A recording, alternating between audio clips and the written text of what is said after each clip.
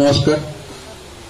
প্রশাসনিক আধিকারিকরা এবং বিডিও সাহেব সকলকে পুজোর শুভেচ্ছা এবং যে সমস্ত ক্লাব এসেছেন সকলকেই জানাই শারদীয়া শুভেচ্ছা। বিজয়ের ব্যাপারে বলেছে, আমি একটা কথা বলবো, মাননীয় মুখ্যমন্ত্রী যে টাকাটা দিচ্ছে তার ছবি যেন প্রত্যেকটা প্যান্ডেলে টাঙানো থাকে।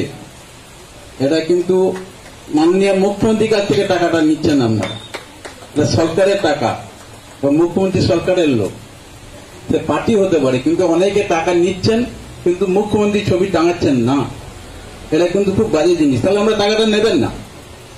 যারা মুখ্যমন্ত্রী ছবি টাঙাতে তাদের অসুবিধা, তারা টাকাটা না নেয় ভালো, কারণ অনেক ক্লাব তো নিচ্ছে না।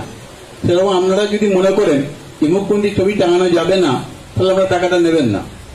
এটা আমার অনুরোধ আপনাদের কাছে। আর কিছু বলতে চাই না, তাদের টাকা না নেওয়াই ভালো। ঠিক বলেছেন, কারণ তৃণমূল কংগ্রেস লক্ষ্মীশ্রী কেন করেছে? প্রকাশ্যে তাদের নেতারা বলে দেন যে তোমরা লক্ষ্মীর ভান্ডার এসব শিব বৃষ্টির মধ্যে যদি না থাকো তাহলে সরাসরি কিন্তু মানে যদি নিয়ে থাকো তাহলে ভোটটা তৃণমূল কংগ্রেসকে দিতে হবে, আর যদি না দাও তাহলে সমস্ত সরকারি অনুদান বন্ধ হয়ে যাবে। এমন ব্যাপার যেন এটা তৃণমূল কংগ্রেসের টাকা, কারণ জমিদারির টাকা তারা দিচ্ছেন, মানুষের টাকা, যে টাকা প্রত্যক্ষ বা পরোক্ষ করের মধ্যে দিয়ে তাদের কোষাগারে জমা পড়েছে, সেই মানুষের টাকাই মানুষকে ফেরাচ্ছে। আজকে এটাই তো তাদের ফলে ভাতারের বিধায়ক যে কথা বলেছেন তিনি সত্যি কথা বলেছেন। আমরা অভিনন্দন জানাচ্ছি, তাকে কৃতজ্ঞতা জানাচ্ছি যে তৃণমূলের যে কর্মসূচিটা, যে কেন দুর্গাপুজোকে তারা সাহায্য করছে, তারা উৎসব দখল করছে, পুজো দখল করবার উদ্দেশ্যে, তো সেখানে কেন মুখ্যমন্ত্রী ছবি রাখবে না? মুখ্যমন্ত্রী 85,000 টাকা দিচ্ছেন, মুখ্যমন্ত্রীর টাকা, আমার বাংলার টাকা, কেন মুখ্যমন্ত্রীর ছবি রাখা হবে না? ঠিক কথা বলেছেন।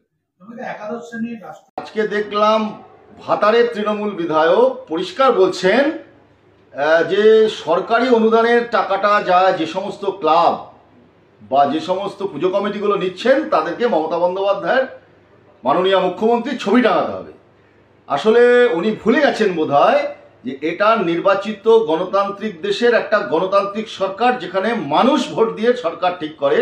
এটা কোনো রাজা রানীর সরকার নয় যেখানে ফটো টানানোটা বাধ্যতামূলক। আসলে উনি আনুগত্য খুঁজছেন, যেটা আমরা আগে অভিযোগ করেছিলাম যে সরকার যে কোনো প্রকল্প নিয়ে আসে মানে আমি দিচ্ছি, তুমি আমাকে দাও, আমাকে ভোট দাও, ভোট।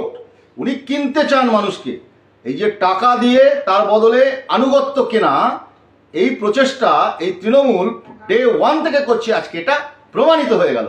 এই সত্যিটা খোলস ছেড়ে বাইরে বেরিয়ে এলো, ঝোলা থেকে বেড়াল বাইরে এসে গেল। আসলে উনি আনুগত্য খুঁজছেন। আর তৃণমূলের নেতা নেত্রী, এমপি, এমএলএ, কাউন্সিলররা মনে করেন সরকার আর তৃণমূল দল আর সরকার দুটোই হচ্ছে এক। প্রশাসন এবং সরকার আর দল সব মিলেমিশে সম্পৃক্তকরণ। এই মমতা বন্দ্যোপাধ্যায় বলতেন না দলতন্ত্র নয় গণতন্ত্র? এই হচ্ছে গণতন্ত্রের চেহারা, যেখানে ওনার দলের এমএলএ বলছেন যে পুজো কমিটিগুলোকে ছবি টাঙানোটা বাধ্যতামূলক, টাঙাতে হবে। এটা লজ্জা, ugliest face of a autocratic government, undemocratic government. এটা পরিষ্কার হয়ে যাচ্ছে, ছবিটা আস্তে আস্তে খোলস ছেড়ে বেরোচ্ছে, ঝোলা থেকে বেড়াল বেরিয়ে পড়ছে। এটাই হচ্ছে আসল তৃণমূল, এটাই হচ্ছে তৃণমূলের চেহারা।